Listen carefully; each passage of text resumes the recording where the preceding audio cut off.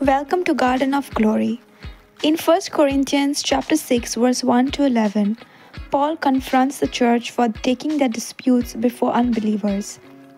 But deeper still, he reminds them of who they once were and who they now are, washed, sanctified, justified. This is not just correction, it is identity. It is grace. भाग्यवान पावलोचे कोरिंथकरांक पयलें पत्र 20 ओळी 1 ते 11. अनभावार्थ्यां मुखार भावार्थ्यांचे खोटले. तुमचे मदें कोणाचो दुसऱ्यां कडेन विवाद आसलो तर नीत करून घेवंक देवान पवित्र केल्ल्या भावां भयणींक सोडून भावार्थ नासलेल्या मनसुबेदारां मुखार वचूंक कशी म्हूण तीं फुडें सरतात. देवान पवित्र केल्लीं मनशां ह्या संवसाराची नीत करतलीं म्हूण नकळोत तुमी. ह्या संवसाराची तुमी नीत करतल्यात जाल्यार ह्या किरकोळ विवादांची नीत करूंक तुमी पुर्ती न्हय. देवान रचलेल्या दुतां मदें आतां बरे आनी वायट कोण ते निर्णय घेवंक आमच्या हातांत घाल्ले आसा म्हूण नकळोत तुमी. म्हणटोच ह्या दिसपट्ट्या तोंट्यांची नीत आमच्यान करूंक जायना. तुमचे मदें असले तोंटे उत्पन्न जातात तेन्ना नीत करून घेवंक पवित्र सभेंत कसलेंच मोल नासलेल्या मनशां फुडें तुमी वेतात तें कितें? तुमकां लॉजेक घालूंक हें तुमकां सांगता.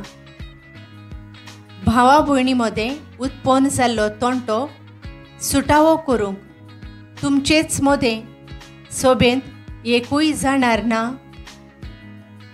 ना जाल्ले भशेन एक भाव ओ भयण दुसऱ्या भावाक ओ भयणीक न्याय सभेंत उबीं करतात आनी अनभावार्थ्यांक नीत करूंक लायतात. तुमचे मदें खोटले आसा तेंच एकदमूच वायट. तुमी अनीत सोंसल्यार अदीक बरें न्हय. तुमकां नागोवंक दिल्यार अदेक बरें न्हय.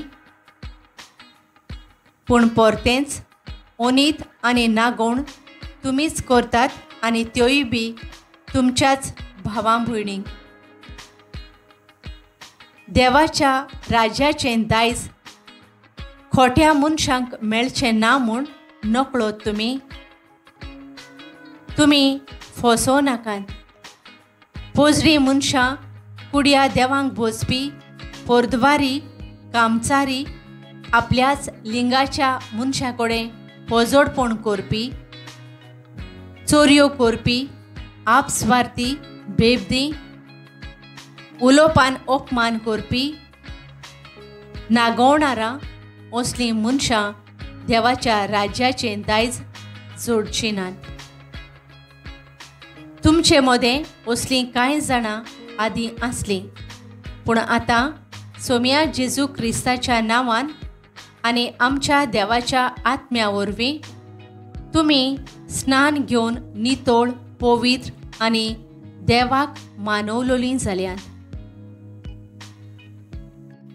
Paul is heartbroken that believers are settling disputes in front of unbelievers, forgetting their spiritual identity. He says, "Don't you know you will judge angels? Why then do you live as though you have no wisdom among you?" And then comes the firm but freeing word, "Do not be deceived. The unrighteous will not inherit the kingdom of God." And he lists sins that once defined them. But then comes the turning point. "And such were some of you, but you were washed, sanctified, justified in the name of the Lord Jesus Christ and by the Spirit of our God." This is not condemnation, it is resurrection.